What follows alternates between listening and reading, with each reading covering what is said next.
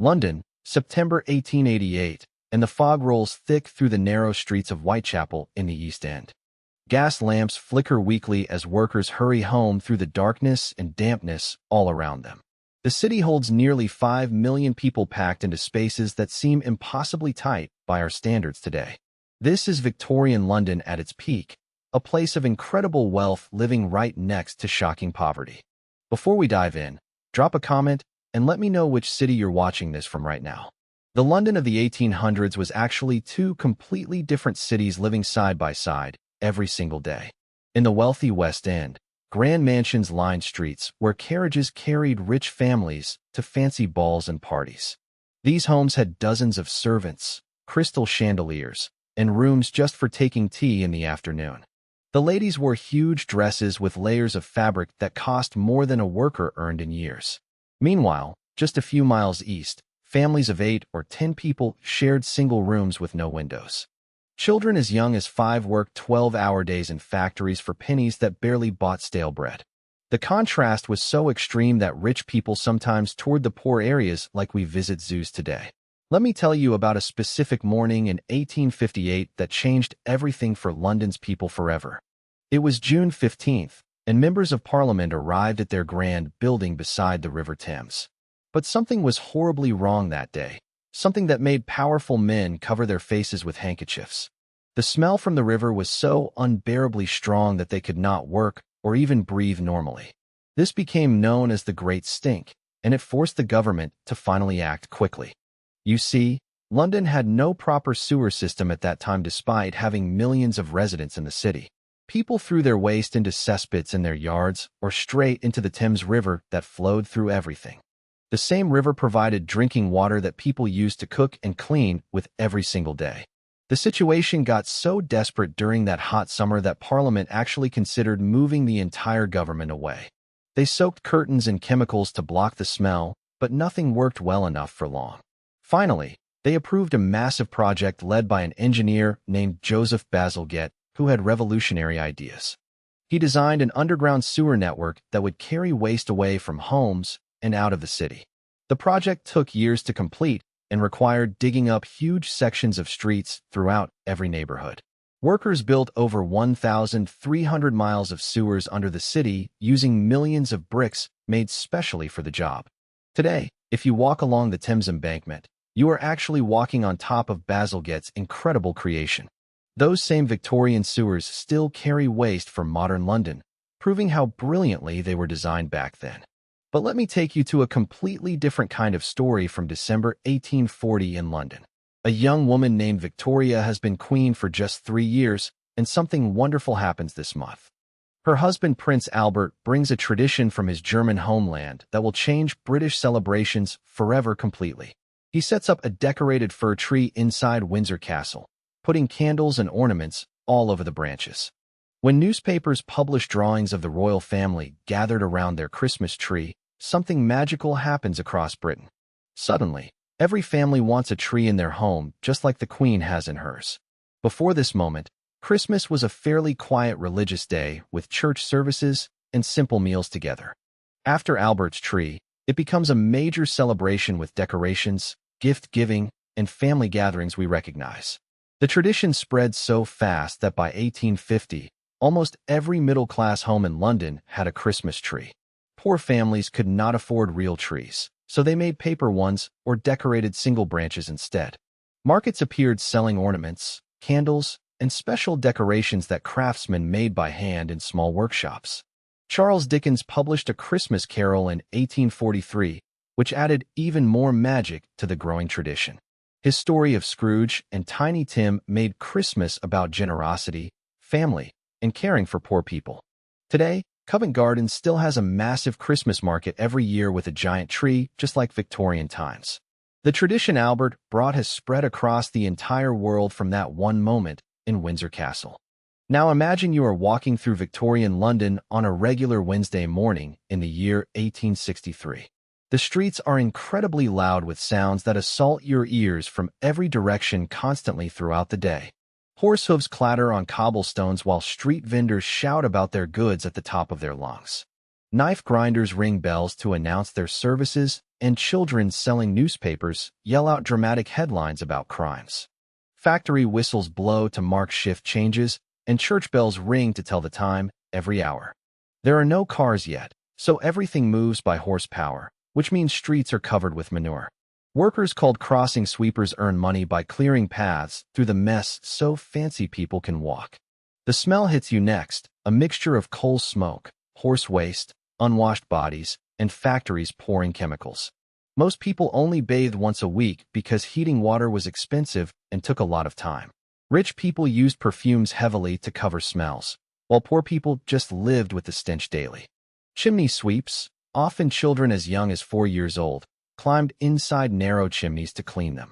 These children got stuck sometimes and died in the dark, choking on soot that filled their small lungs. If you visit London today and see those tall Victorian houses with multiple chimneys, remember those tiny children. The buildings still stand beautiful and admired, but they hide dark stories from when they were new. Let me tell you about an incident from November 1869 that shows how dangerous London could be then. Blackfriars Bridge crosses the Thames in the heart of the city, carrying thousands of people daily back and forth. On November 28th, a dense fog rolls in so thick that people cannot see their hands. These fogs, called pea soupers, mixed coal smoke with natural fog to create poisonous yellow clouds everywhere. A young clerk named Robert walks home from his office job, carefully feeling his way along the bridge. Suddenly, he hears screams and splashing sounds coming from the dark water below him in the river. Someone has walked straight off the edge, unable to see where the bridge ended and emptiness began. Robert runs to find help, but the fog makes everything impossible and confusing for everyone trying to assist. By the time police arrive with ropes and lanterns, the person has disappeared under the black water forever. This kind of tragedy happened regularly during London's terrible fogs throughout the entire Victorian era consistently. The pollution from coal fires used for heating and factories made the air so dangerous that thousands died. People developed lung diseases, children grew up with breathing problems, and the fog sometimes lasted for weeks. Today, Blackfriars Bridge still stands in the same spot, but clean air laws passed in 1956 ended the killer fogs. You can walk across it now and breathe freely, seeing clear views of the city in every direction. Victorian Londoners loved their entertainment and found joy despite all the hardships they faced every single day. Music halls became incredibly popular places where working people gathered for shows, songs, and comedy acts that entertained. These halls were like our modern concert venues, mixed with comedy clubs and variety show television programs. For just a few pennies, you could sit in a crowded room drinking beer while performers sang, danced, and told jokes. The most famous music hall was the Canterbury Music Hall in Lambeth, which opened in 1856 with space for 1,500 people. Stars like Marie Lloyd became household names, singing cheeky songs that pushed the boundaries of what was considered proper. Rich people had their own entertainment at grand theaters in the West End, where Shakespeare and new plays performed. The Theatre Royal Drury Lane, which still operates today, was the place to see and be seen back then. Ladies wore their finest gowns and gentlemen dressed in formal suits with top hats that showed their wealth. Going to theater was about showing off your social status as much as watching the actual performance. Meanwhile, street entertainment happened everywhere with performers juggling, doing magic tricks, or playing music for passing crowds. Punch and Judy puppet shows entertained children with violent comedy that seems shocking to us now watching today. If you walk through Covent Garden's piazza today, you will still see street performers entertaining crowds exactly like then. But Victorian London had a much darker side that most people tried hard to ignore completely every day. In September 1888, a series of brutal murders shocked the city and created fear like never before. The victims were poor women working in Whitechapel, killed in ways so horrific that newspapers struggled with reporting the details.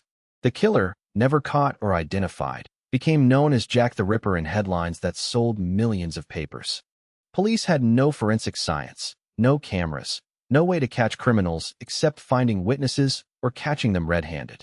The Ripper case shows how dangerous life was for poor women in Victorian London every single night. Many had no choice but to work the streets just to earn money for a bed in a crowded lodging house. These lodging houses crammed dozens of people into filthy rooms where disease spread fast and violently through everyone. Women earned about 4 pence for a whole day of factory work, while a bed cost 4 pence nightly. This impossible situation forced many into desperate choices that rich people judged harshly from their comfortable distance away. Today, you can take Jack the Ripper walking tours through Whitechapel, which has transformed into a trendy area now. The narrow alleys still exist, but are filled with art galleries, coffee shops, and young professionals living there. The poverty has moved elsewhere, pushed out by rising prices and modern development continuously changing the area. Transportation in Victorian London evolved dramatically during the 1800s, changing how the city itself grew outward and upward. At the century's start, people walked everywhere or rode in horse-drawn carriages if they could afford it. The rich owned private carriages while others used hackney cabs that cost too much for ordinary workers daily. Then in 1863, something revolutionary happened underground that would change cities worldwide after London led the way. The Metropolitan Railway opened as the world's very first underground railway system, carrying passengers beneath the busy streets. Steam trains pulled carriages through tunnels, though the smoke and soot made the experience pretty miserable for everyone. Passengers complained constantly about choking on smoke and arriving at work covered in black soot from engines. But the underground was so much faster than street-level transport that ridership grew incredibly fast despite the discomfort. By 1890, the system had expanded across the city with multiple lines connecting different areas together efficiently. The introduction of electric trains in the 1890s finally solved the smoke problem and made journeys much more pleasant. Today, the London Underground carries over 1 billion passengers every single year through 270 stations across the city. Many Victorian stations still operate with their original tiles, ironwork, and architectural details beautifully preserved after all this time. The maps and signs use the same design principles established in the 1930s based on those Victorian foundations. Let me tell you about a specific innovation from 1878 that literally lit up London's nighttime streets forever. Before this moment, gas lamps provided the only street lighting, creating pools of weak yellow light with darkness between. On December 14th, the first electric street lights were installed on the Thames embankment as an experiment. These lights blazed so bright that crowds gathered just to stare at the amazing glow coming from above. One witness wrote that it felt like daylight had come at midnight, transforming the entire street completely. The installation used arc lamps that created light by passing electricity between carbon rods, producing intense illumination. The project was so successful that electric lighting spread throughout London over the following decades, changing nighttime activities. Shops could stay open later, theaters could perform evening shows more safely, and people felt less afraid walking home. Crime dropped in areas with good lighting because criminals prefer darkness to hide their actions from witnesses. Today, London has some of the most advanced LED street lighting in the world, but those Victorian lampposts remain. Many streets in Westminster and other areas still use the original cast iron posts with modern bulbs inside. At night, the city glows with millions of lights, making it visible from space like a jewel. But it all started with those first experimental lamps on the embankment in 1878, showing what electricity could do. Victorian Londoners were obsessed with parks and green spaces as escapes from the crowded, dirty city all around. Hyde Park became the place where everyone from all classes mixed together on Sunday afternoons for leisure. Rich people rode horses on Rotten Row, while workers spread blankets for picnics with their families nearby. The Serpentine Lake attracted swimmers in summer and ice skaters during frozen winters when the weather permitted. In 1851, Hyde Park hosted the Great Exhibition inside the massive Crystal Palace building made entirely of glass. Over 6 million people visited to see inventions and goods from around the entire world displayed together impressively. The exhibition made Britain feel like the center of the world, leading in industry, technology, and culture. Regent's Park in the north opened its zoological gardens in 1828, letting Londoners see exotic animals they had only read about in books previously. Children pressed against cages to see lions, elephants, and monkeys brought from distant colonies across the British Empire. The zoo represented imperial power, showing that Britain controlled lands where these strange creatures lived naturally in the wild. Today, these same parks remain as beloved green spaces where modern Londoners escape the noise and concrete everywhere. Hyde Park hosts concerts, protests, and festivals drawing millions of visitors every single year to its ancient trees. The zoo still operates, though with modern views on animal welfare replacing the Victorian attitudes about conquest. Walking through these parks connects you directly to those Victorian visitors from over a century ago walking the same paths. Food culture in Victorian London divided sharply along class lines, just like everything else in that unequal society. Rich people ate elaborate meals with multiple courses served on fine china by teams of household servants. A typical dinner might include soup, fish, meat, vegetables, pudding, and cheese spread over several hours slowly. The dining room was a place to show wealth through silver, crystal, and expensive ingredients imported from colonies. Meanwhile, poor families survived on bread, potatoes, and whatever cheap protein they could afford like bacon or fish. Many had no kitchens at all, just a single fireplace for heating that they cooked on sometimes carefully. Street food became hugely important for working people who had no time or facilities to cook meals themselves. Vendors sold hot pies, baked potatoes, jellied eels, and cups of tea from carts on busy corners everywhere. These vendors worked from dawn until late night, serving workers heading to and from their long factory shifts. One popular treat was muffins sold by the muffin man who rang a bell while walking through residential streets. Children would run out with pennies to buy warm muffins for their family's breakfast or tea time. Today, London's street food scene has exploded with vendors from every culture selling amazing food at markets throughout.